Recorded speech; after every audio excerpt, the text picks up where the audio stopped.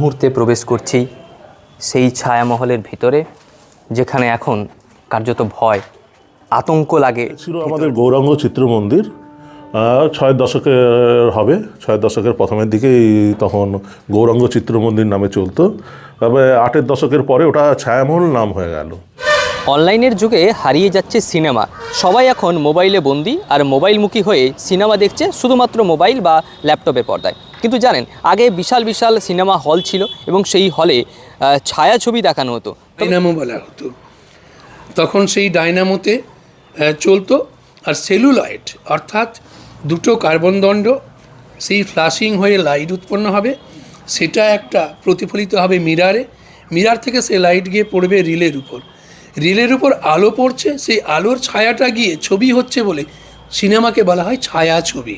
এখানেই ছিল সেই সিনেমার পর্দা এবং এই যে দরজা তা খুলে ভিতরে ঢোকা হতো। অনেকে বসতেন, একইভাবে অনেকে বসতেন এবং তারা এই সামনে পর্দায় তারা দেখতেন কিভাবে সিনেমা হতো। প্রাচীন সেই সাদা কালো সিনেমা তারা দেখতেন। কিন্তু জানেন এই সিনেমা কিভাবে দেখানো হতো? ছায়াছবি বা নাম। এই সেই জায়গা যেখান থেকে পুরনো দিনের সিনেমা হলের সিনেমা দেখানো হতো। আমার ধারে রয়েছে দুটি মেশিন এবং পাশে রয়েছে আরেকটি মেশিন।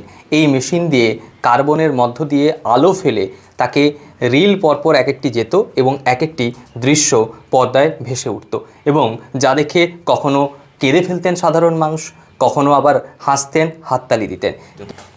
এখানে আমার মিরার থাকতো, এটা এদিকে আসলে বুঝতে পারবেন।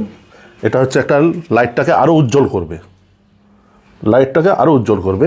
কার্বন জাম হলে ওটাকে পয়েন্ট করতে হতো, পয়েন্টের মাধ্যমে এইখান থেকে আপনার বেরাতো, মানে রশ্মি বেরাতো, দিয়ে এর ভেতরে যে প্রিন্টটা, মানে সিনেমা রিলটা যে আসতো ওই রিলে পড়তো, ওই রিল দিয়ে সোজা একদমে চলে যেত পর্দায়।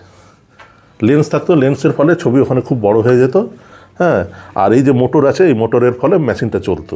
যে ফাঁকা জায়গা রয়েছে সেই জায়গা দিয়ে সরাসরি পড়তো এখান থেকে কিছু না হলেও অন্তত 30 ফুট দূরে পর্দাতে, এবং সেই পর্দাতে ফুটে উঠতো বিভিন্ন ধরনের ছায়াছবি।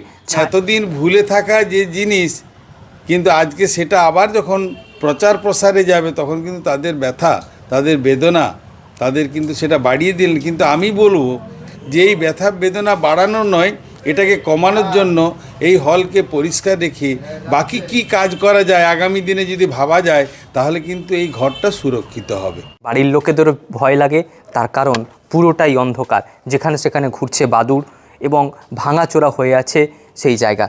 এই জায়গায় এটাই ছিল ব্যালকনি এবং এই ব্যালকনিতে বসে সাধারণ যারা দর্শক থাকতেন তারা এসে এখানে কিন্তু সিনেমা দেখতেন। কিন্তু এখন সেটা অন্ধকার, লাইট ঢোকে না, এখানের পুরো নোংরা ভর্তি হয়ে আছে আবর্জনায় এবং সেই আগেকার দিনের যে রমরমা ছিল এই ছায়ামহলের, সেই রমরমা আজকে আর নেই। মানে দুর্দান্ত, মানে ছবি সত্যি এলাকায় তখন নামকরা সিনেমা হল আমাদের বেলদা ছায়ামহল সিনেমা, খুবই নামকরা সিনেমা হল ছিল। পরবর্তীকালে আমরা আরও সিনেমা হল এখানে করেছিলাম, বাদল সিনেমা হল করেছিলাম। হ্যাঁ, কিন্তু এখন কালক্রমে আস্তে আস্তে সিনেমা শিল্পটা হারিয়ে যেতে বসেছে, এখনও হারিয়ে গেছে। বর্তমান যদি সিনেমা হল করা হয়, এই সব জিনিস অচল, এইসবের কোনো প্রয়োজন নেই এখন। প্রাচীন সময়ে কাদের কাদের সিনেমা এখানে দেখানো হয়েছে? কোথায় কোথা থেকে মানুষ এসছেন এখানে?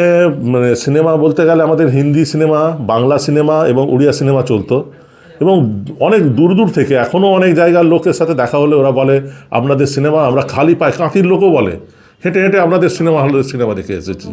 যে ছায়ামহল আজ প্রায় 80 বছরের স্মৃতি নিয়ে দাঁড়িয়ে আছে, সেখানে কিন্তু আর কেউ আসে না, সেখানে সিনেমাও হয় না।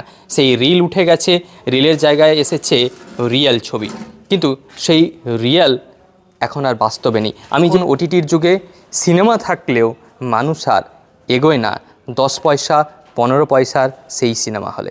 পশ্চিম মেদিনীপুর থেকে রঞ্জন চন্দ্রের রিপোর্ট, লোকাল 18 বাংলা।